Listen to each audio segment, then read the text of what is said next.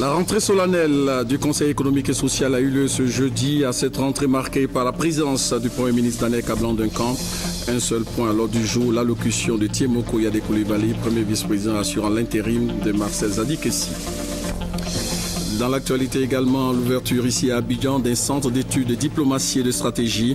Ce centre est présenté comme un organisme de recherche et d'enseignement post-universitaire. Dans ce 20h, nous allons ensemble découvrir une cohabitation peu ordinaire entre les moutons et les populations de la commune de Trècheville dans le district d'Abidjan. Voilà pour le sommaire. Bonsoir et bienvenue dans ce 20h. Et dans ce journal, vous aurez, comme tous les jeudis, le dossier de la rédaction consacré aujourd'hui à la prostitution et au racolage. Sachez que la dépravation des mœurs a pris des proportions préoccupantes ces dernières années ici en Côte d'Ivoire. Commençons l'actualité par la rentrée solennelle du Conseil économique et social. Cette institution de la République reprend donc du service 4 jours après la nomination de ses membres. À cette rentrée solennelle marquée par la présence du Premier ministre Daniel Kablan-Duncan, un seul point était à l'ordre du jour, l'allocution de Tiemoko Yade Coulibaly, premier vice-président assurant l'intérim de Marcel Zadikessi, président de cette institution. Compte rendu, Ali Diarasouba. Un discours sous forme de cours magistral. Coulibaly Tiemoko Yade, premier vice-président du Conseil économique et social, marque ainsi la rentrée solennelle de l'institution. Sous les yeux du chef du gouvernement et autres chefs d'institution, Coulibaly Tiemoko Yade a passé en revue quelques morceaux de la vie socio-économique ivoirienne. Avant d'évoquer les résultats tangibles du dialogue politique avec la nouvelle CEI, le premier vice-président du CES s'est félicité de la relance économique du pays. On peut observer que la Côte d'Ivoire s'est résolument remise au travail et a entamé le chemin du progrès et de la résurrection. Et tous les indicateurs économiques ont été remis au vert. Nous avons dégagé les moyens de notre développement. Le Conseil économique et social, riche de 120 membres, tous nommés pour 5 ans par le président de la République, devrait aider à travers leurs conseils à concourir au développement économique et social du pays. Assemblée consultative qui assure la représentation des principales activités économiques et sociales, la nouvelle équipe du CES sera un appui pour l'exécutif ivoirien dans l'élaboration de la politique économique et sociale du gouvernement. Je voudrais dire que nous sommes heureux d'avoir représenté le chef de l'État, son Excellence le président Alassane Ouattara, à l'ouverture solennelle du Conseil économique et social. Je pense que c'est la mise en place de toutes les institutions de la République et le retour à la normalité totale. Le Conseil économique et social donne son avis sur des projets de loi, d'ordonnances ou de décrets, ainsi que des propositions de loi. Toutes les couches socio-professionnelles sont représentées au sein de l'équipe.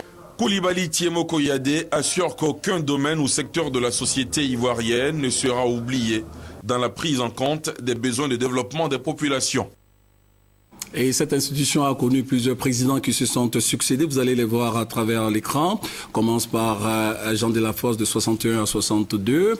Ensuite, voilà, Mamadou Coulibaly, nous n'avons pas la photo, mais c'est 62 à 85. Et puis, Philippe Grégoire Yassé, 86 à 98. Et ensuite, Maurice Sérigno-Leba, septembre 99, décembre 99. Laurent Donafologo, 2001.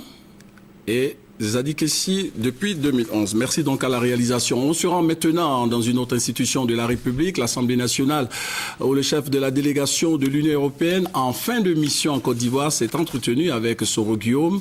Le président de l'Assemblée nationale a également échangé avec une délégation de chefs traditionnels du département de Divo. Hamza Diaby. Thierry de Saint-Maurice, le chef de la délégation de l'Union européenne, quitte la Côte d'Ivoire dans quelques jours après y avoir séjourné plusieurs années. Aujourd'hui, sa mission terminée, il s'en va, mais non sans dire au revoir à ses amis, au nombre desquels se trouve Soro Guillaume, le président de l'Assemblée nationale. Et je ne pouvais pas terminer ma mission de presque 5 années en Côte d'Ivoire sans venir saluer le président de l'Assemblée nationale. Je pense que c'était la moindre des choses, non seulement protocolairement, mais aussi amicalement. Et je ne peux que m'en réjouir et souhaiter que le futur de la Côte d'Ivoire soit particulièrement brillant. À la suite de Thierry de Saint-Maurice, le président de l'Assemblée nationale a reçu les chefs traditionnels du département de Divo. Sœur Guillaume leur a demandé de ne faire que la promotion de la paix. Sans pardon, nous ne pouvons pas faire de progrès dans la construction de la nation. Je vous charge, chacun à son niveau, qu'on ne dise pas que c'est l'autre qui doit faire ce travail. Chacun à son niveau, parlons aux populations, qu'elles apaisent leur cœur. Les chefs traditionnels, avant de prendre congé du président de l'Assemblée nationale, lui ont promis accomplir cette mission qu'il vient de leur confier. Aucun cadre du PDCI n'a signifié à Bédié son intention d'être candidat à l'élection présidentielle de 2015. Ces propos sont ceux de Maurice Kakou-Dikaoué. Le secrétaire exécutif du PDCI était hier face aux journalistes de la presse nationale et internationale pour échanger autour de l'appel de Daoko lancé par Henri Konan Bédié, président du PDCI RDA. Le compte-rendu de Léon Bro. Le président Alassane Ouattara, candidat du PDCI RDA à l'élection présidentielle de 2015, à cette proposition faite par le président du parti, Henri Konan Bédié, à travers son appel lancé à Daoukro en septembre dernier, les militants adhèrent selon le secrétaire exécutif du PDCI RDA. Maurice Kakou-Dikaoué en veut pour preuve le succès des missions d'information. Pour lui, il ne reste plus que l'entérinement de cette proposition par le bureau politique. Le président Henri Konan Bédié a dit qu'il va mettre en mouvement toutes les structures du parti pour que son projet puisse aboutir. C'est ce qu'il voulait dire. Donc on va organiser un bureau politique du PDCI pour présenter l'appel de Daoukro. Le bureau politique l'accepte et c'est le bureau politique qui décide et qui fixe la date de la convention. Dans tous les cas, poursuit le secrétaire exécutif, la candidature unique du président Alassane Ouattara est un projet que le PDCI et ses alliés du RHDP s'activent à faire aboutir pour la victoire de leur alliance en 2015. Mais alors question, comment expliquer les velléités de candidature dans les rangs du PDCI RDA? Aucun cadre du PDCI RDA n'est parti voir Henri Konan Bédié pour parler de candidature. Parce que si vous voulez être candidat au nom du PDCI, il faut que le PDCI vous donne l'appareil. Mais si ceux qui sont devant, qui ont l'appareil, ils ne savent pas vos ambitions, ils ne savent pas d'où vient, qu'est-ce que vous faites, avec qui vous travaillez, où on va, mais vous n'êtes pas candidat. Pour évoquer la restructuration du parti en cours depuis 4 mois, Maurice Kakou-Dikaoué révèle 30 069 présidents de comités de base déjà installés et la fin des élections pour les 3 678 secrétaires généraux de section le 9 novembre prochain. Suivra le renouvellement des structures de femmes et de jeunes, les délégations communales et départementales, des activités prévues pour se dérouler entre le 20 novembre et le 28 décembre avec un bureau politique le 15 décembre 2014. Rendons-nous maintenant au 20e salon du chocolat ouvert récemment à Paris en présence de la première dame de Côte d'Ivoire, Madame Dominique Ouattara, présidente du comité national de surveillance des actions de lutte contre le travail des enfants, et c'est avec Abiba Dambélé Saoui. C'est parti pour le 20e Salon du chocolat de Paris. Le top départ a été donné le mardi par la marraine de l'événement, Madame Dominique Ouattara, première dame de Côte d'Ivoire et présidente du comité national de surveillance des actions de lutte contre le travail des enfants. Pour ce 20e anniversaire, des robes de rêve parées de chocolat et portées par des stars de la scène française. Un conte de fées sorti des 1001 nuits. Parlant du travail des enfants, Madame Dominique Ouattara a fait remarquer que les actions du CNS ont suscité une prise de conscience nationale. J'ai décidé de mener un combat contre ce fléau. La lutte contre le travail des enfants est devenue la priorité numéro 1 de mes actions en qualité de première dame. Mon engagement est un engagement de cœur, mais également un engagement institutionnel, utile à notre pays, car la Côte d'Ivoire était montrée du doigt à cause de l'utilisation des enfants dans les plantations. Ainsi, le Comité national de surveillance et ses partenaires, notamment les agences du système des Nations Unies, les organisations non gouvernementales, ainsi que les entreprises de la filière cacaoyère, ont fédéré leurs efforts pour éloigner les enfants des plantations.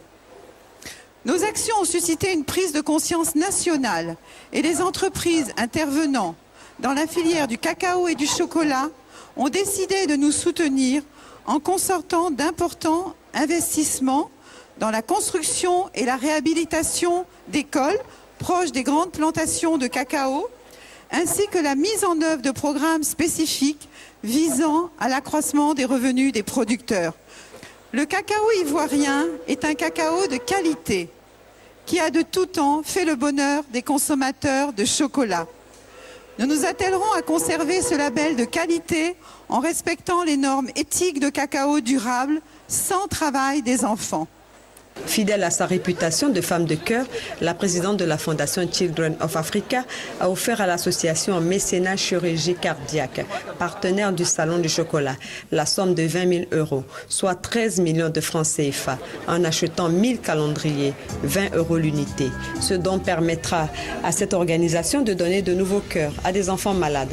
Grâce à ce don, des enfants comme le petit Ivoirien Chris Ivana, âgé de 9 ans, pourront bénéficier de greffe de cœur. Le japonais Hiroshi Onishi, président d'Istetan Mitsikoshi Holding, a partagé pour sa part la fascination de ses concitoyens pour le chocolat.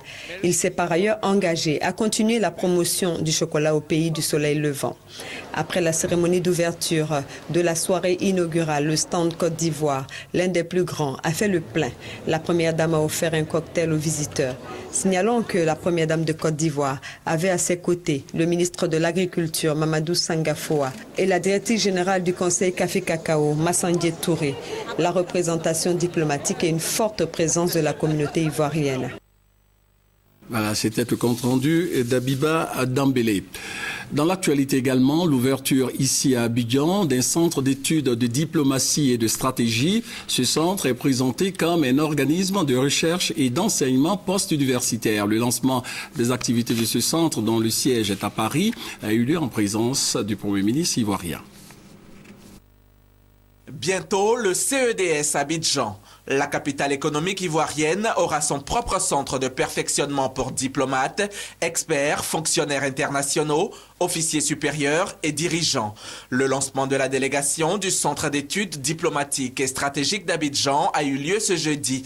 Elle est ouverte par le CEDS Paris à partir de son antenne régionale de Dakar. Le Centre d'études diplomatiques et stratégiques de Dakar, une fois implanté à Abidjan, va apporter sa contribution aux efforts en cours pour faire avancer la réconciliation politique, la cohésion sociale et surtout accompagner le peuple ivoirien et l'État de Côte d'Ivoire vers l'émergence, pour ne pas dire la réémergence économique, diplomatique et stratégique. L'émergence économique, diplomatique et stratégique de la Côte d'Ivoire dans le contexte géopolitique international. Pour le Premier ministre Daniel Kablan-Duncan, ce thème cadre bien avec les ambitions du pays. La décision d'ouverture d'une délégation du CEDS à Abidjan doit pouvoir répondre, me semble-t-il, aux 3 objectifs suivants.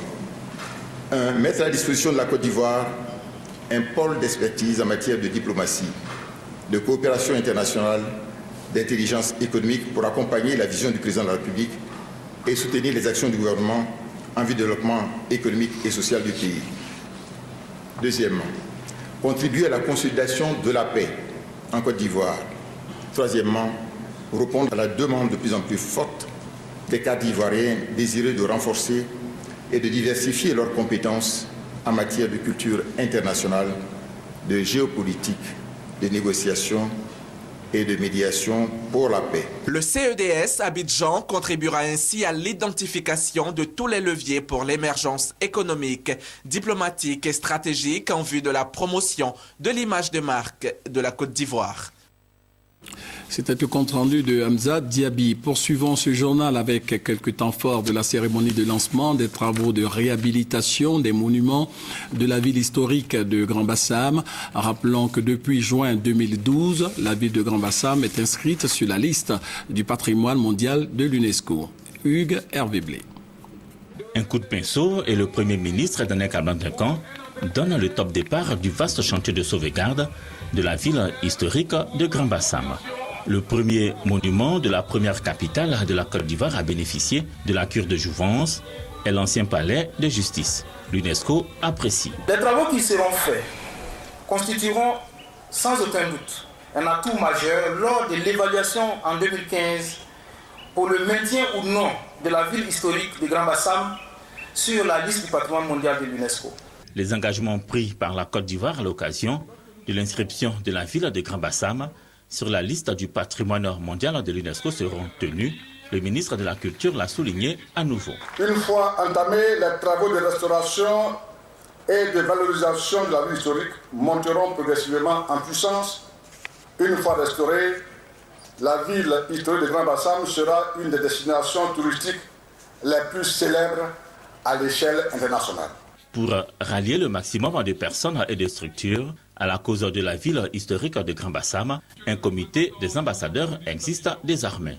Bernard Belindadier, Paté O, Mewe et tous ceux qui le composent sont un soutien pour le gouvernement dans la mobilisation des moyens de promotion et de restauration du site culturel. Pour le Premier ministre, ils ont besoin d'être soutenus. La ville historique de Grand Bassam est inscrite au patrimoine mondial de l'UNESCO depuis juin 2012. Le gouvernement de Côte d'Ivoire, la mairie de Grand Bassam, l'association des maires francophones et bon nombre de partenaires unissent leurs efforts pour sa sauvegarde, sa restauration et sa valorisation. Les géomètres experts de Côte d'Ivoire renforcent leurs capacités dans le cadre de la maîtrise du statut de copropriété mis en place en Côte d'Ivoire pour combler le déficit en logement. Cette formation permettra aux géomètres d'accompagner l'État de Côte d'Ivoire dans sa politique de construction des logements sociaux. Les précisions de Grace Kando. Le déficit de logement en Côte d'Ivoire est estimé à environ 400 000. Pour résoudre la question, l'État ivoirien a mis en place un programme de logements sociaux, objectif à permettre à tous les Ivoiriens de bénéficier d'un toit. Avec ce programme, à l'instar des pays émergents ou même des pays développés, les Ivoiriens vont vivre de plus en plus en copropriété. Pour s'impliquer dans ce programme, les géomètres experts de Côte d'Ivoire renforcent leurs capacités sur le statut de la copropriété. La copropriété, qui est le fait notamment de construire des immeubles collectifs dont la propriété est répartie entre plusieurs personnes. La formation porte sur la création de l'état descriptif de division dans un immeuble bâti et la rédaction du règlement de copropriété, qui est le règlement intérieur, donc le cahier des charges, qui permet à la communauté des habitants de bien vivre ensemble. Dernièrement, l'État a pris des textes en 2013 et en 2014 renforçant le statut de la copropriété.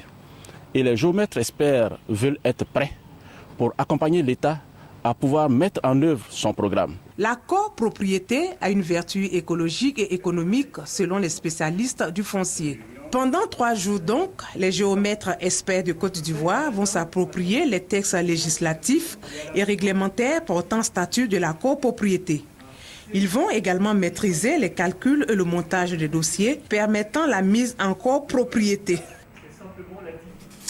Les responsables de l'ONAD et de la SODECI étaient face à la presse nationale. Une conférence de presse pour expliquer la nécessité de construire de nouveaux ouvrages d'assainissement, mais surtout de revenir sur les efforts consentis par l'État de Côte d'Ivoire pour améliorer le quotidien des populations et mettre à leur disposition de l'eau potable. Le point avec Francis Boafo.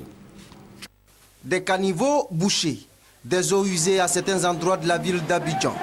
Beaucoup reste à faire pour assainir l'environnement, certes, mais le gouvernement et la société de distribution d'eau de Côte d'Ivoire, SODECI, ont mené plusieurs actions. Toutes les stations de pompage qui sont situées le long du collecteur de base, l'ouvrage qui collecte l'ensemble des eaux usées depuis Abobo jusqu'en mer, ont été remises en état. Donc avec l'avènement de l'ONAD, avec la nouvelle politique, le secteur va avoir les moyens d'étendre des réseaux d'assainissement dans l'ensemble des quartiers, avoir les moyens d'améliorer la maintenance de ces infrastructures d'assainissement. Et donc, ça va certainement améliorer le cadre de vie des populations. Améliorer le cadre de vie des populations.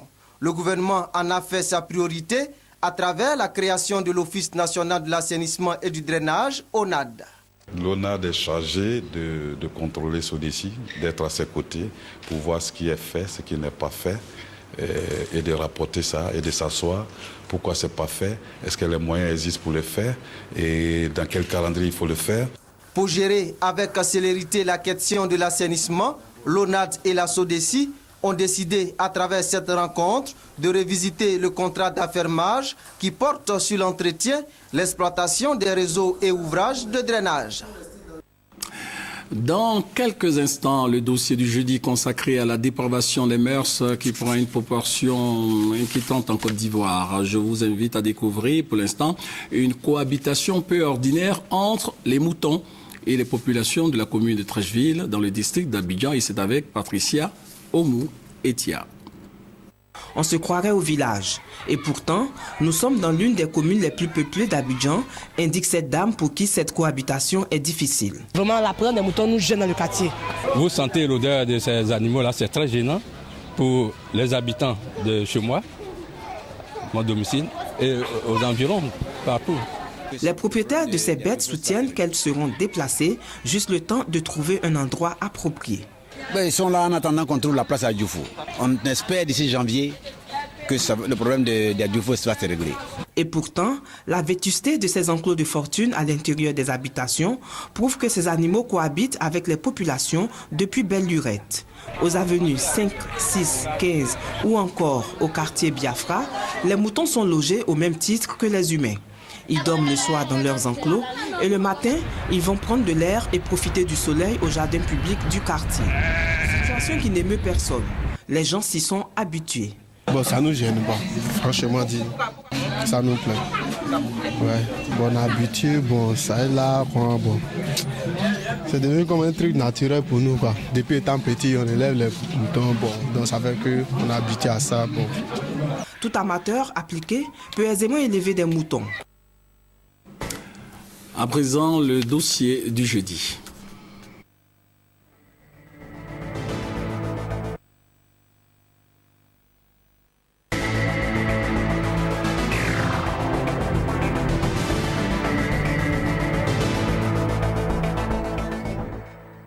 Le constat est clair. Le sexe est devenu un jeu pour les enfants dont l'âge varie entre 14 et 24 ans. Dans la commune de Yopougon, dans le district d'Abidjan par exemple, des marchés de sexe ont été créés dans les rues de certains quartiers et même sur les grandes voies publiques. La brigade mondaine de la préfecture de police, compétente dans la lutte contre ces atteintes à la moralité publique, a décidé de combattre ces pratiques. Elle a donc organisé une vaste opération visant à arrêter les personnes qui s'adonnent à de tels agissements. Pourquoi ces jeunes s'adonnent-ils à cette pratique? Y a-t-il des solutions pour mettre fin à ce phénomène? Des éléments de réponse dans ce dossier du jeudi proposé par Koné Pargassoro du service société de la rédaction. Ce n'est plus un secret pour personne. La dépravation des mœurs a pris de l'ampleur. Ce phénomène inquiétant auquel s'adonnent de plus en plus de jeunes dont l'âge varie entre 14 et 24 ans est critiqué. Le fait de s'adonner à des actes sexuels dans la rue, c'est très choquant. Nous vivons avec des jeunes, des enfants. On ne peut pas se permettre de faire ce genre de choses. La nuit, on observe, on voit des personnes en train de faire l'amour. Moi, je pense que c'est lié à l'éducation. Dans tous les coins de rue et lieux publics, le sexe est en jeu et le sujet est même au centre de certains débats. Prostitution sur les lieux publics, racolage actif, attentat à la pudeur, vente de supports à caractère pornographique, des comportements qui constituent une atteinte à la moralité publique. Un fléau combattu par la brigade mondaine, le service de police qui a compétence à lutter contre ces agissements néfastes pour la société. Disons parrain. Comment vous me recevez?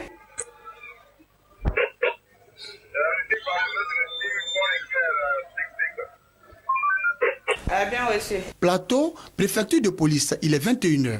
Le commissaire principal de police, Yvonne Oulaï, commandant de la brigade mondaine et ses éléments s'activent. Au programme ce soir, une intervention qualifiée d'exceptionnelle. Nous avons eu une information que nous avons exploitée. Oui, depuis quelques jours, on a eu connaissance de l'existence d'un marché. Un marché un peu spécial, le marché des sexes. Les sites ciblés. Quartier Bel Air de Yopougon, rue des Princes, voie express de l'Institut des aveugles et bien d'autres quartiers et ruelles de la commune appelés dans le jargon les marchés de sexe. Restez à l'écoute des officiers. Ils ont des instructions complémentaires. Sam. On ira sur le terrain et dès qu'on te voit dans une situation pas normale, on t'interpelle. Nous sommes prêts à exécuter toutes les missions que la police nous confie. Ce soir, nous allons avec joie exécuter notre mission. Il est 22h30, direction la commune de Yopougon. Les policiers sont à la chasse. Prostituées, proxénètes sont interpellés. Toi devant Shanghai. Allons-y, on se reçoit par là-bas.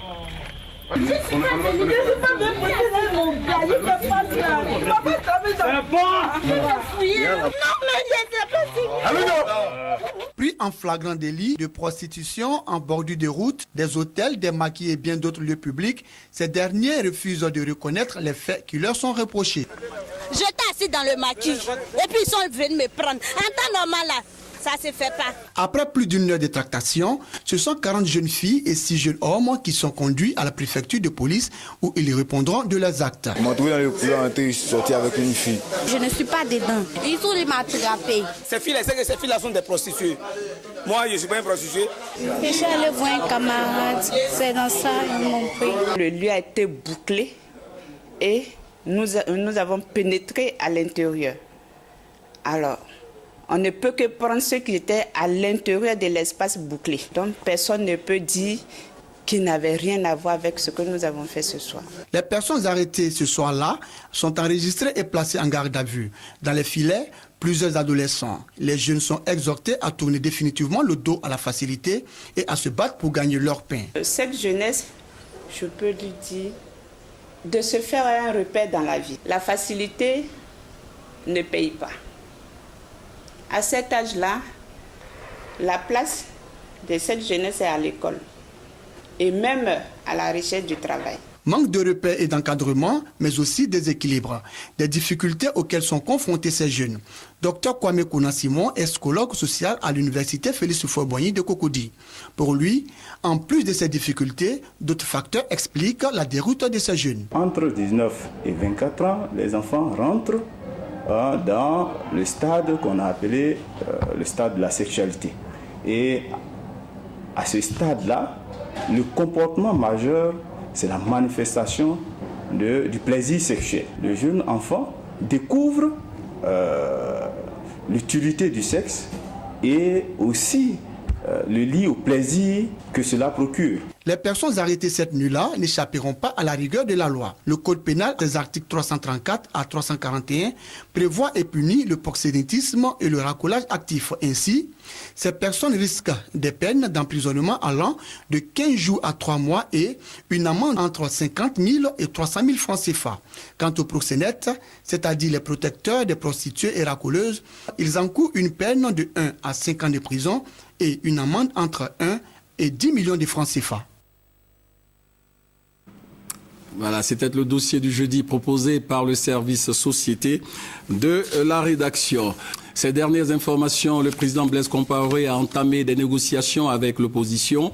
Il a également décrété l'état d'urgence. Le chef d'état-major de l'armée a annoncé la dissolution de l'Assemblée nationale et du gouvernement. Il a aussi annoncé la formation d'un gouvernement de transition de 12 mois. On ne sait pas pour l'instant qui sera à la tête de ce gouvernement. Une chose est sûre, la situation reste confuse sur place à Ouagadougou.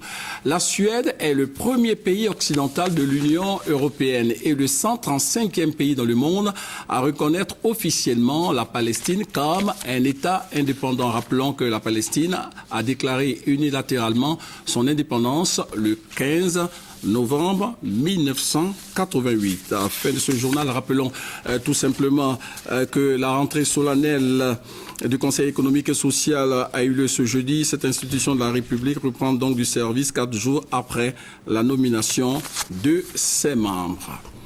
Merci donc à la réalisation, merci de nous avoir suivis. Bonne suite de programme sur RTI 1, mais surtout, portez-vous bien.